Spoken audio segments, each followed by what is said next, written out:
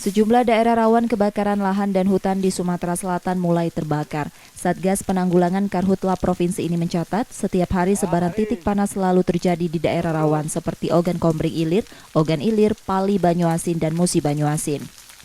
Dari sebaran titik panas yang diakui fluktuatif itu, kebakaran lahan terjadi masih pada kawasan tanah mineral yang masih mudah dipadamkan.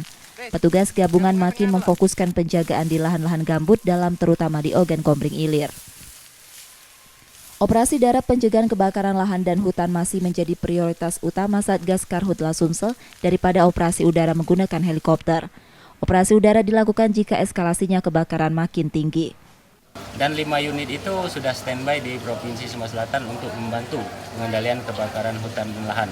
Tapi informasi sampai saat ini bahwa upaya tim darat dan upaya pencegahan itu akan lebih diutamakan. Kalau nanti memang eskalasinya meningkat, kebakaran tidak bisa dikendalikan, helikopter waterbombing kita siap untuk melaksanakan tugasnya melakukan pemadaman. Kekuatan operasi darat didukung sedikitnya 1.500 petugas gabungan yang disebar hampir di 100 desa rawan kebakaran di Sumsel yang fokus pada pencegahan agar tak ada masyarakat membuka lahan dengan membakar. Sinta Dwi Putri, Purwantoro, Kompas TV, Palembang, Sumatera Selatan.